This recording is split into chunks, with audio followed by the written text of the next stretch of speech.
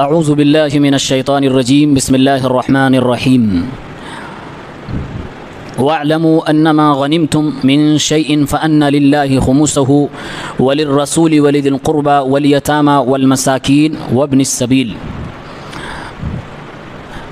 اسلام انسانوں کا بہت زیادہ احترام کرتا ہے۔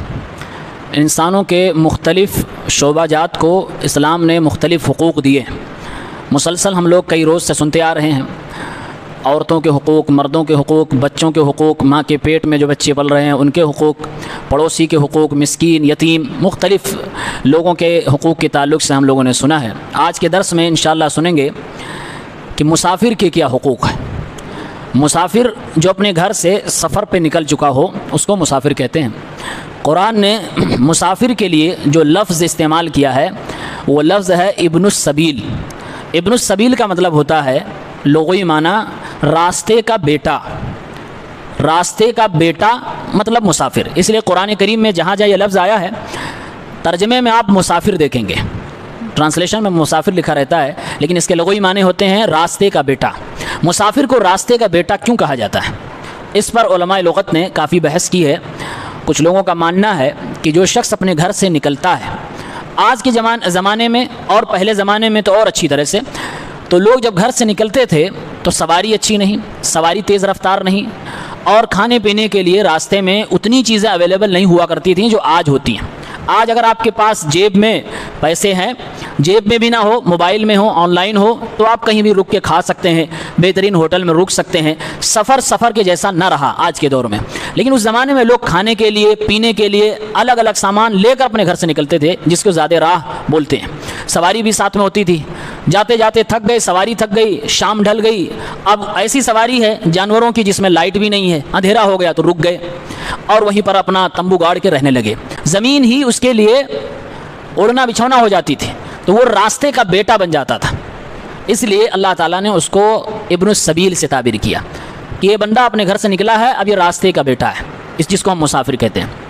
اللہ تعالیٰ نے جہاں پر قرآن میں کہا کہ ماں باپ کے ساتھ، رشتہ داروں کے ساتھ، مسکینوں کے ساتھ، یتیموں کے ساتھ، پڑوسیوں کے ساتھ، دوستوں کے ساتھ حسن سلوک کرو، اللہ تعالیٰ نے وہیں پر یہ بھی کہا ہے مسافروں کے ساتھ بھی اچھا برتاؤ کرو، حسن سلوک کرو۔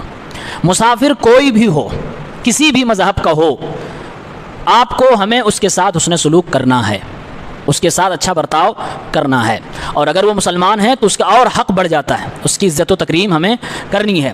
سورہ نساء کی آیت نمبر 36 میں اللہ تعالیٰ نے کہا وَبِالْوَالِدَيْنِ احسانا، اور اس کے بعد کئی لوگوں کو گنایا، اس کے بعد آخر میں کہا وَابْنِ السَّبِيلِ، اور مسافر کے ساتھ بھی حسن سلوک کرو۔ مسافر کی مدد کر کے بھی آپ نیکی کما سکتے ہیں۔ قرآن میں اللہ تعالیٰ نے سورہ بقرہ کی آیت نمبر 177 میں کہا ہے کہ نیکی یہ ہے کہ انسان اللہ پر ایمان لائے، فرشتوں پر، کتابوں پر، ارکان ایمان پر ایمان لائے، اور لوگوں کو کھانا کھلائے، مال کی محبت کے باوجود فقراء مساکین پہ خرچ کرے۔ اسی ضمن میں اللہ تعالیٰ نے یہ بھی ذکر کیا کہ انسان مسکینوں پر، یتیموں پر اور مسافروں پر بھی خرچ کرے، وابن السبیل، وہاں بھی یہ لفظ مسافروں کا ذکر آیا ہوا ہے۔ اور ایک بات اہم یہ ہے کہ کئی بار ہم سفر پہ نکلتے ہیں، ہم اپنے گھر پہ اچھی خاصی پراپرٹی کے مالک ہیں، اچھا خاصا ہمارے پاس بیلنس، بڑی بڑی گاڑی ہے اور گھر بھی ٹھیک ٹھاک ہمارا ہے، لیکن ہم سفر پہ نکلے ہوئے ہیں، کوئی حادثہ ہو گیا یا اچانک ہمارے جیب سے چوری ہو گئی یا موبائل ہی غائب ہو گئی جس کے اوپر ہمارا بینک اکاؤنٹ، سفر میں انسان غریب ہو گیا۔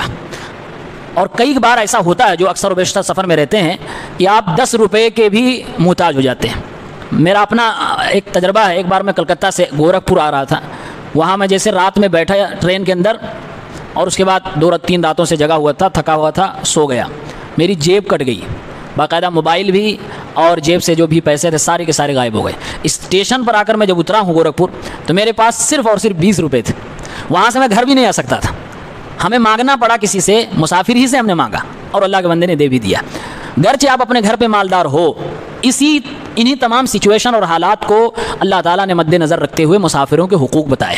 اور سب سے بڑی بات یہ ہے اللہ نے قرآن میں باقاعدہ جن لوگوں کا نام لے کر کہا ہے کہ ان کو زکوٰۃ کا مال دے سکتے ہیں، انہی میں سے ایک مسافر کو بھی اللہ نے کہا ہے انما الصدقات للفقراء والمساکین۔ 7-8 لوگوں کا اللہ نے ذکر کیا، ان میں سے ایک وابن السبیل، سورہ توبہ کی آیت نمبر 60 میں ہے کہ مسافر کو بھی زکوٰۃ کا مال آپ دے سکتے ہیں، گرچہ وہ کروڑ پتی ہو اپنے گھر کا، وہ چاہے جتنا مالدار ہو۔ کچھ مالدار ایسے ہوتے ہیں جو حالات کے حساب سے زکوٰۃ کا مال لے سکتے ہیں. انہی میں سے ایک مسافر بھی ہے. وہ اپنے گھر کا کچھ بھی ہو لیکن سفر میں نکلا ہوا, اس کو ضرورت پڑ گئی تو آپ زکوٰۃ کے مال سے اس کی مدد کر سکتے ہیں, اس کی مشکل دور کر سکتے ہیں.